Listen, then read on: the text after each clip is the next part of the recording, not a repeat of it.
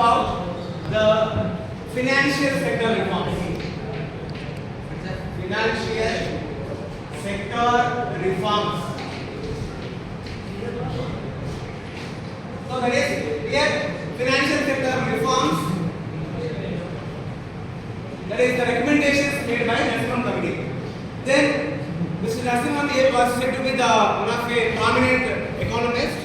Then he was a retired RBI governor. Then the government of India has asked him to give a recommendation for the better working of the banking system. Not only banking system, that is the capital market as well as financial institutions. Okay. So here we say the Narasimhan Committee has observed so many things and it has prepared a draft and submitted to the Parliament of India. Okay. Then here if you see the recommendations, major recommendations, we have new banking structure. That is, it has proposed for new banking structure. Okay. Then in 1991, when the report was submitted, there used to be 28 banks. 28 banks which are under the government of India. That is 20 banks under nationalization brought in the year 1969, almost 14 banks. Then another 6 banks in the year 1980. Then along with that, there used to be SBI. Along with it, there used to be 7 associate banks of SBI. Altogether, there used to be 28 banks. Then in 1991, the committee, by keeping the future of the country in mind, it has given the recommendations and it has asked the government of India to implement strictly. Then when it comes to banking, it has proposed for new banking structure.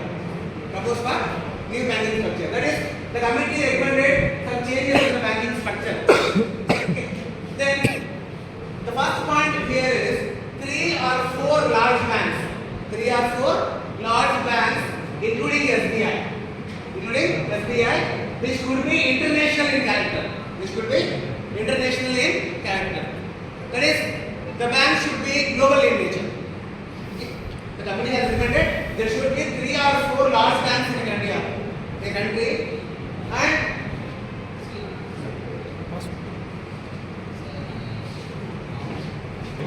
so here the first point is the committee has recommended to have 3 to 4 large banks in the country, including SBI. So SBI was having its associates, almost 7 associates. Then in the year 2016, the Union Cabinet has approved for merger of SBI with the associate banks. Okay, you know that there used to be SBI along with it, the banks like State Bank of Mysore, State Bank of Patiala, State Bank of Travancore, State Bank of Hyderabad, like that, there used to be banks. 7 associate banks used to be there. Then, along with the associate banks, the SBI got merged and it has become the largest bank in the country. Then, the capital worth of SBI was used to be around 45 lakh crores. Then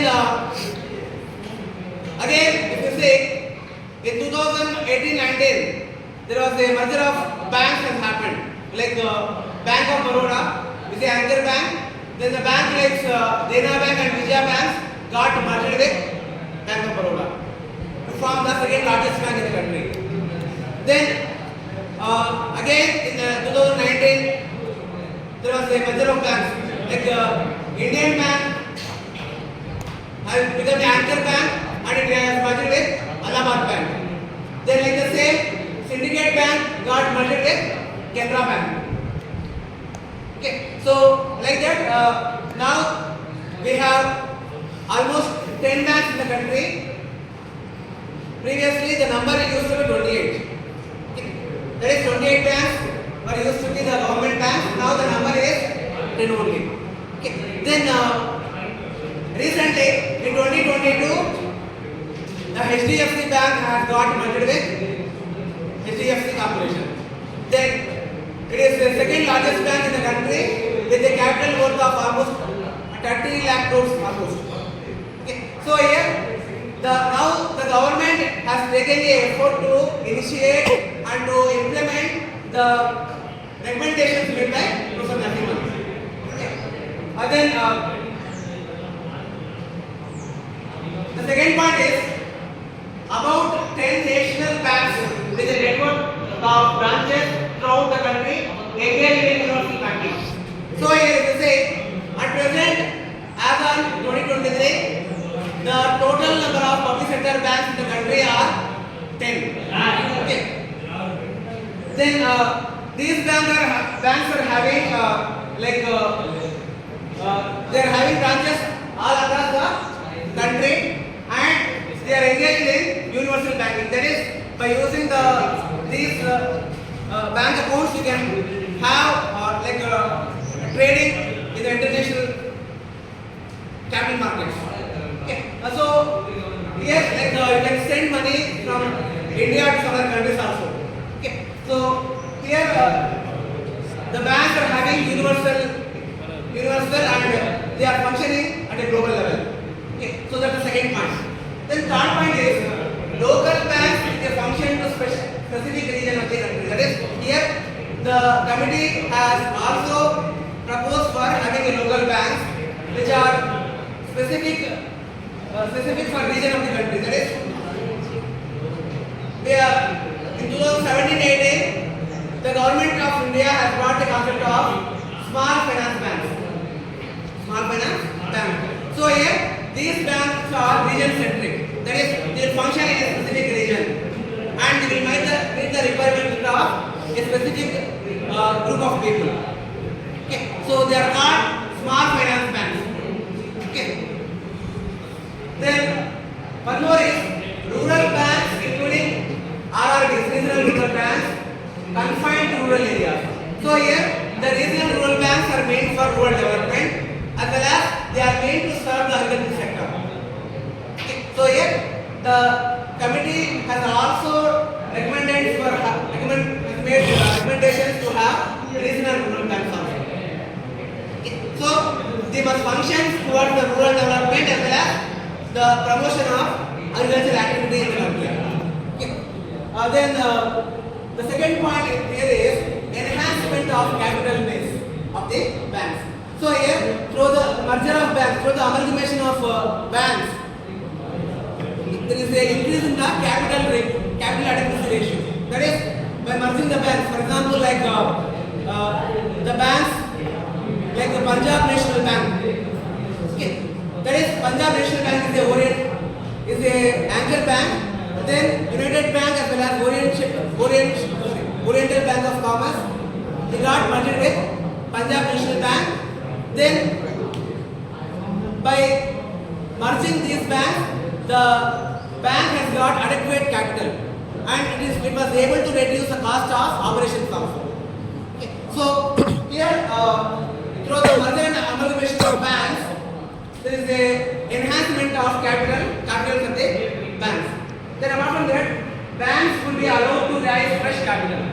So here, after 1991 only, the banks in the country are given the permission by the government of India to raise capital as like the business corporations. That is, the companies like Reliance, Tata, the companies like Infosys, they are raising capital by issuing shares in the market. As like the same, the banks also have been given a granted permission to raise the capital from the capital market. So they can increase the capital by borrowing from the capital market. Then one more is capital adequacy ratio in relation to risk-weighted assets should be 8%. So here the capital adequacy ratio in relation to risk-weighted assets, that is nothing but NPAs. It should be up to 8% only. Okay. That is, the bad debt should be 8% only. Okay. Capital adequacy ratio in relation to risk-weighted assets should be up to 8% only. Now nowadays, if you see, most of the banks in the country are having large number of NPAs, non-performing assets. NPA stands for non-performing assets. That is bad debts. The the banks have given the debt, the banks have given the loan, but they are unable to recover. So here the committee has restricted the percentage of NPAs to 8%. It should not be more than 8%. Okay. And then one more is deregulation of interest rates. That is, the RBI, Reserve Bank of India, used to fix the interest rate in the country. Then the committee has asked the government to deregulate. That is, the banks should be allowed to determine their own interest